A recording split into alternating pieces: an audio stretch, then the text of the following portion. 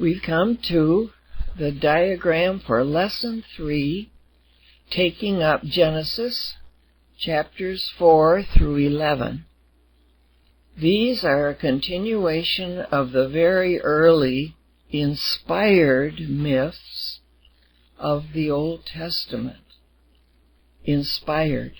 They are definitely an inspiration of the Holy Spirit coming to us out of the ancient mists of time.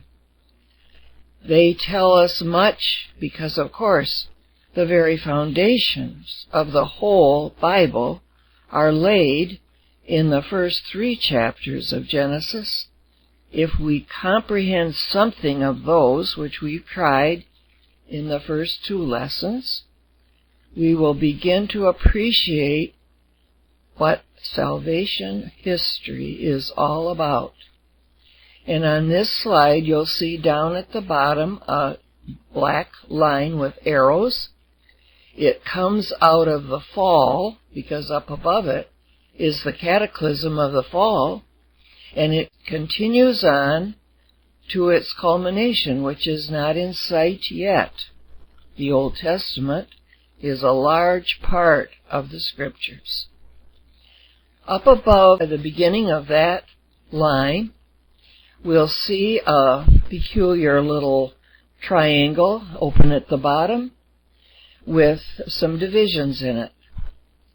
It is an attempt to depict something that psychoanalysis has told us, that the human being has an unconscious mind, a vast resource that has fallen beyond our control.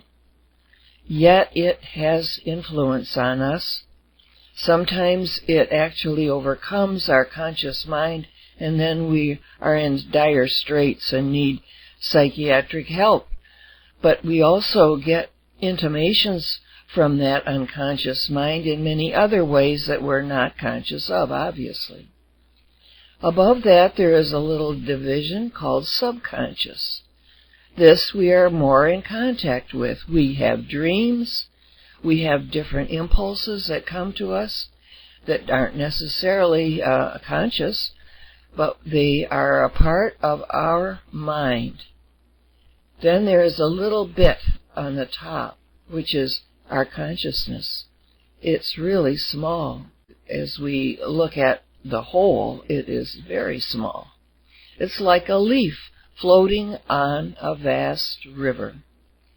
It is what we think is our motivation each day, something conscious, however it's being influenced. This whole configuration is because of the fall. At one time, we believe we were whole and holy, and our mind was completely a resource at our disposal. And in that regard, I like to use that little water formula that you all know, H2O. In the beginning, it's as though our mind, or we human beings, were H2O. Well, yes, man and woman, H2, and O, Holy Spirit. Now, human nature is good, but when it's infused with the Spirit, it has capabilities that lift the human for friendship with God in an equality of holiness. So, H2O would be human nature before the fall. However, with the fall, we lost the Holy Spirit, and this may certainly explain why we only have a little bit of consciousness. And when we're no longer whole and holy, we are in need of salvation. So that's what that little diagram is talking about. And the reason for it is just above it. You recognize, I hope, that there is the diagram that we began with, a 3-tiered diagram, the top tier being Godhead, the bottom tier being mankind, and a center tier of the Holy Spirit, the wondrous bond of love that was in the beginning. But look what's happened. There's a jagged line, a breaking, almost a tearing across the loss of the Holy Spirit between man and woman, a jagged line. It has brought with it death, disintegration, isolation, and shame. It is a broken picture. And down below, man and woman, they're broken inside of themselves. We know how life goes on with all kinds of tearing and problems and things that cannot be solved. Salvation is to mend that. But in the meantime, God can't let these two just separate and go their own ways. He binds them together with the law. The law begins with a curse on Satan for having done this. And in the 3rd chapter of Genesis, God writes, I will put enmity between you and the woman, and between your seed and her seed. He shall bruise your head, and you shall bruise his heel. This we can see only in retrospect from what will happen in the culmination of salvation history. It's a prophecy that woman's seed, woman, not man, we usually think of man's seed, woman's seed will crush Satan's head.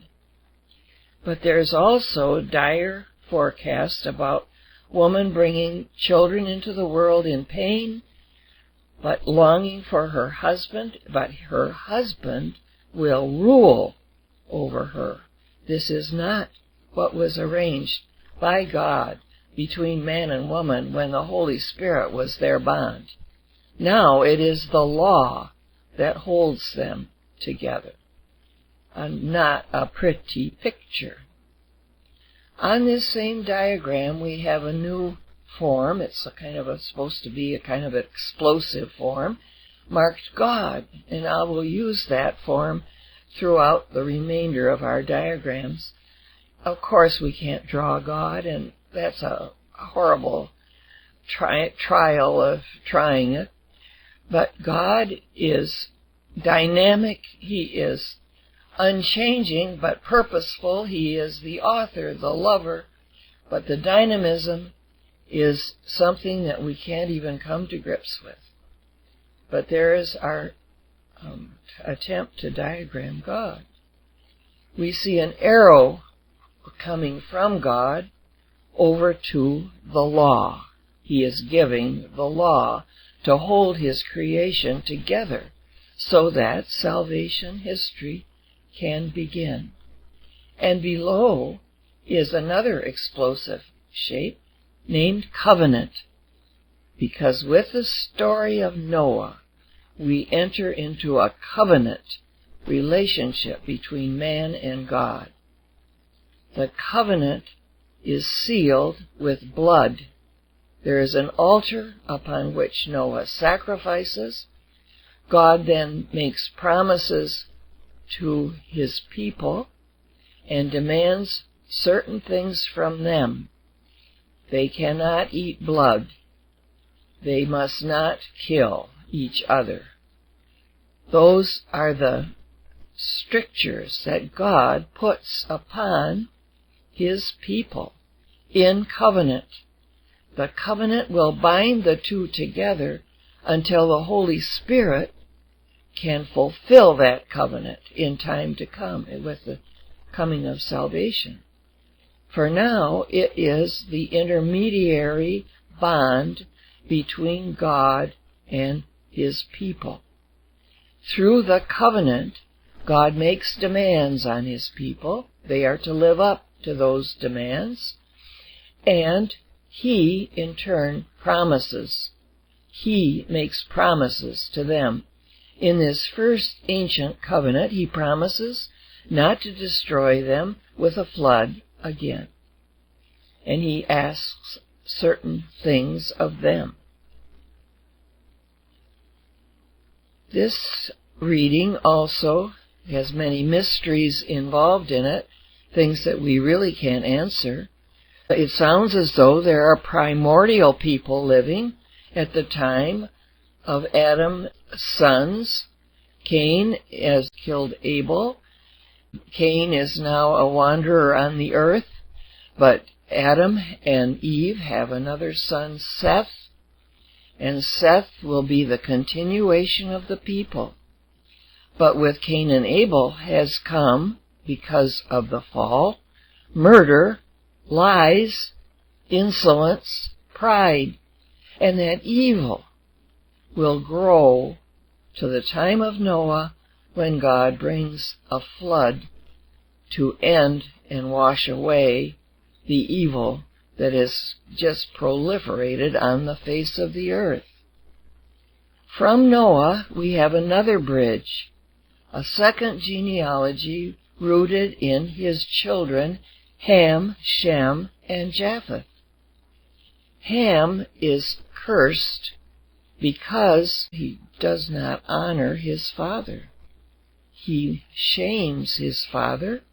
He laughs at his father. And for that, he is no longer one of those who God will bless. All of his descendants will fall under the curse of Ham. We see this in the Bible. It's in the end of the 9th chapter. Cursed be Canaan, that's Ham. A slave of slaves shall he be to his brothers. He also said, Blessed by the Lord my God is Shem. Oh, if Ham is cursed, Shem is blessed. And let Canaan be his slave. Let Ham be his slave. Canaan is simply another name inserted for Ham. God enlarge Japheth, and let him dwell in the tents of Shem, and let Canaan be his slave. Japheth. Well, I think all of those who are listening to me are probably descendants of Japheth, for he, in the ancient world, was considered the father of the Indo-European peoples, that is, all of the people of Europe and of Near Asia and India. Japheth is the progenitor of those peoples, which includes us. And how did we come to knowledge of God? In the tents of Shem, the Semites, the Jews, as they will only be called after the exile, but at this point we know them, and they are the descendants of Shem, the Hebrews. So this is an explanation of the fathers of the races after the flood. And they are bringing us up through Seth. These are the descendants of Seth, Noah is. Through Seth, they will bring us to Abraham, through those ancient genealogies, attempting to explain some of the peoples on the face of the earth. There are many other peculiarities in these readings. There's the beginning of the 6th chapter that says, When men began to multiply on the face of the ground, and daughters were born to them, the sons of God saw that the daughters of men were fair, and they took to wife such of them as they chose. Is this a glimpse of an idea, then, that not all of the people descended from Adam are the only people, but there were other aborigines of some kind, primordial peoples? Well, Jesus gives us a strange parable about that, in which he says that Satan has created people who look like people but aren't people, and that it'd be very hard to explain. But there, as I say, are many mysteries embedded in this reading.